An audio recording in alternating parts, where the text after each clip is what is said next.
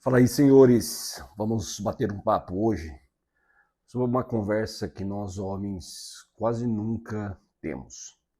A gente fala de dinheiro, a gente fala de trabalho, a gente fala de academia, de política, de futebol, mas existe um assunto que a maioria vai levar para o túmulo sem nunca tocar nele, que é sobre o pai.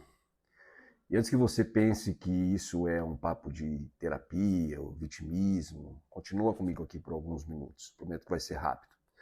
Porque eu não estou falando de colocar a culpa da sua vida no seu pai. Eu estou falando de entender que uma ferida que muitas vezes continua dirigindo a sua vida sem mesmo você perceber. E eu demorei, no meu caso, muitos anos. Desculpa, estou meio gripado aqui essa semana, pessoal.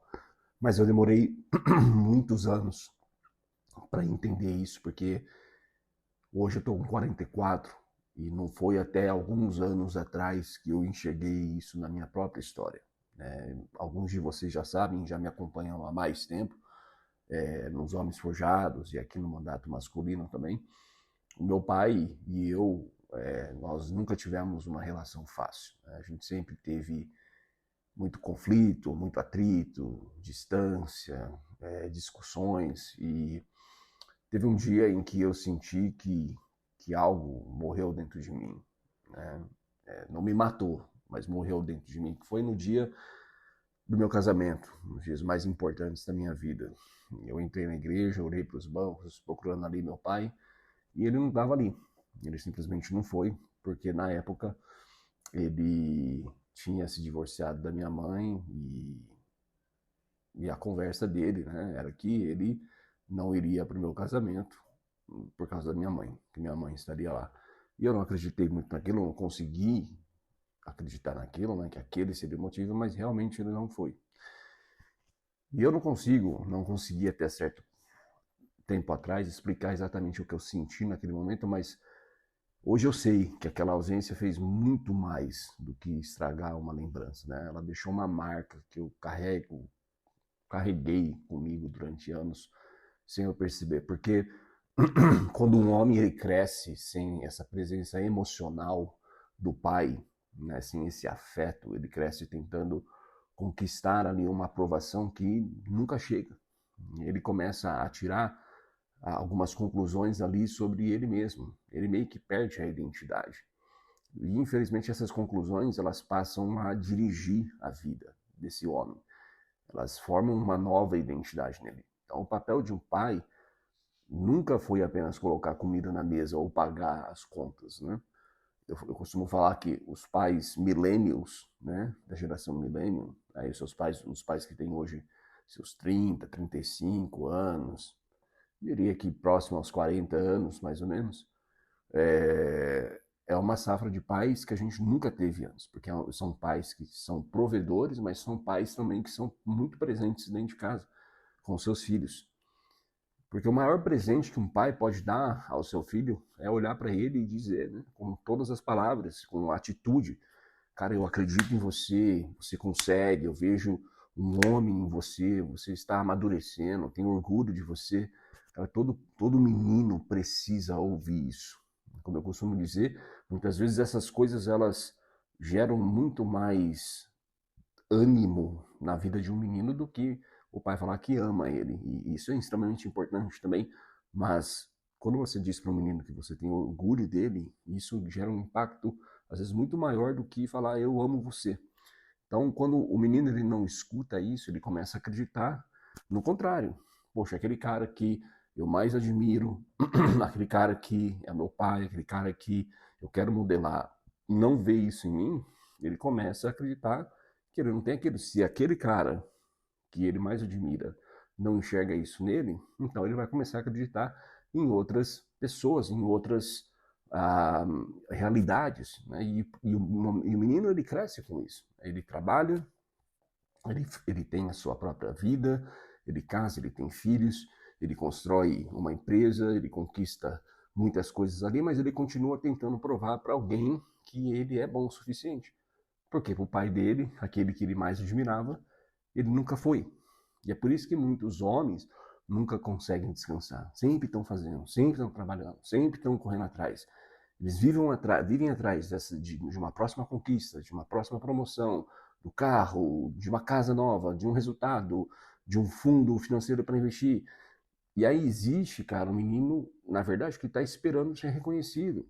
Só que ele não consegue enxergar isso. Essa ferida não aparece só na tristeza, ela aparece em outras situações, na raiva, né, na dificuldade em demonstrar afeto também para com os seus, recorrendo a vícios como pornografia, álcool, jogos, apostas, na necessidade de controlar tudo, na incapacidade de confiar nas pessoas, na dificuldade de criar intimidade ali com a própria esposa. E às vezes o homem ele nem sabe explicar por que ele reage desse jeito.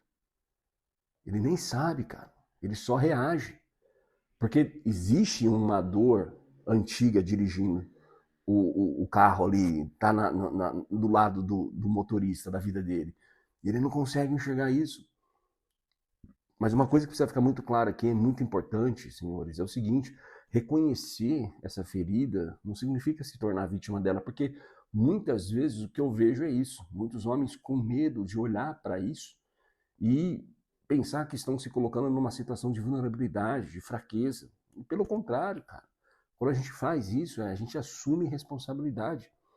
Existe uma diferença gigantesca, uma diferença enorme entre você entender de onde veio a sua dor e você usar essa dor como desculpa para você continuar vivendo da maneira que você vive. Ah, não sou assim porque meu pai fez isso, não sou assim porque meu pai dizia tal coisa, não sou isso porque meu pai não reconhecia, não dizia isso. Não, chega uma hora em que você precisa, cara, aceitar uma realidade que é muito dura. Talvez o pedido de desculpas que você espera nunca venha. Foi meu caso, meu pai morreu há muitos anos atrás. Nunca veio. Talvez aquele abraço que você queira nunca aconteça, cara.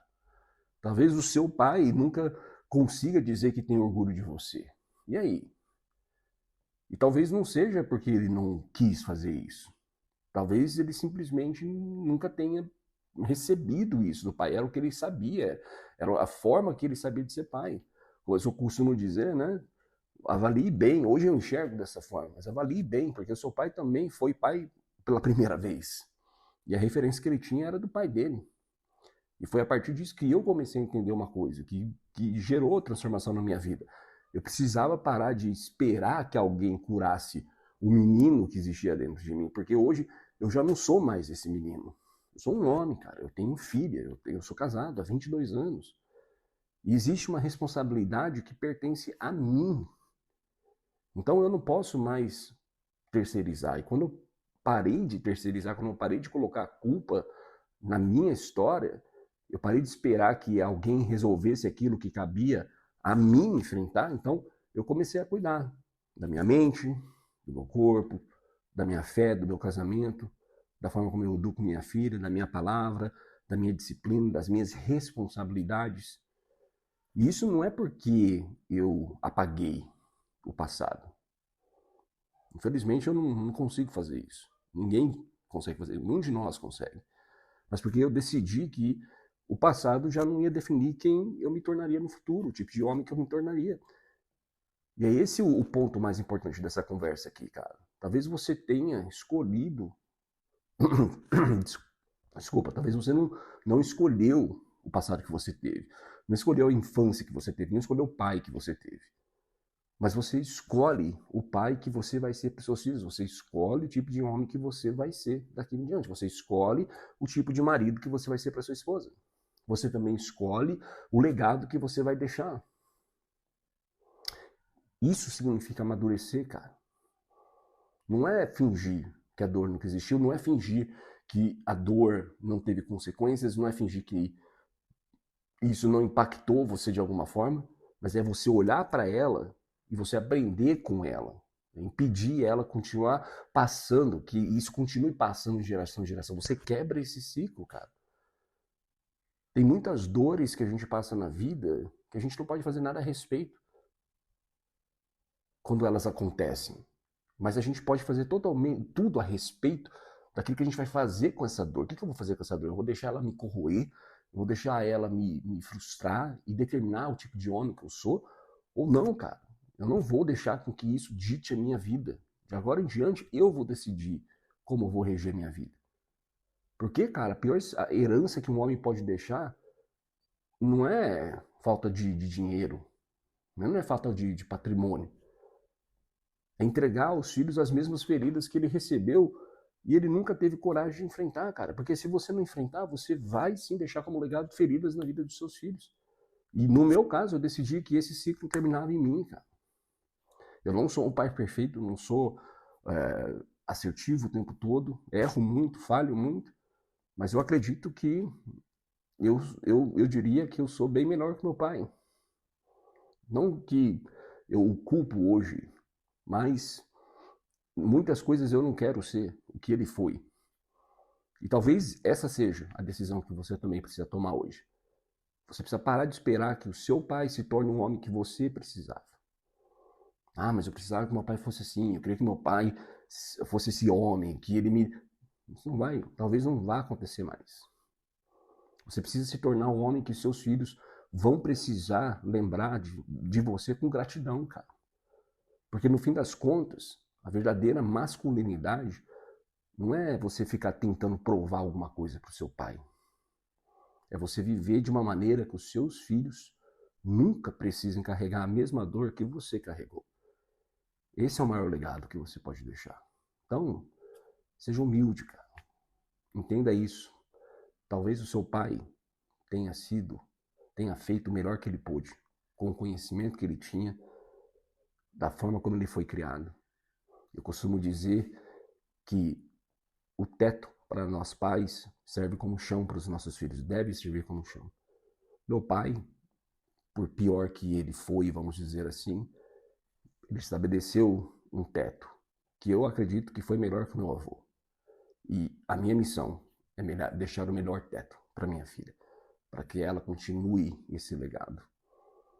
Então, se você curtiu, se você gostou, deixe o seu like aqui, comente aqui, deixe seus comentários, vamos bater um papo sobre isso, porque, novamente, isso é algo que pega bastante na vida dos homens. A ferida paterna é algo que arrebenta, que tem o potencial de arrebentar a vida de um homem e da sua família, a família que ele está construindo. Se ele deixar, não deixe, não deixe. Seja você o homem que vai quebrar esse ciclo. Até a próxima. Um abraço.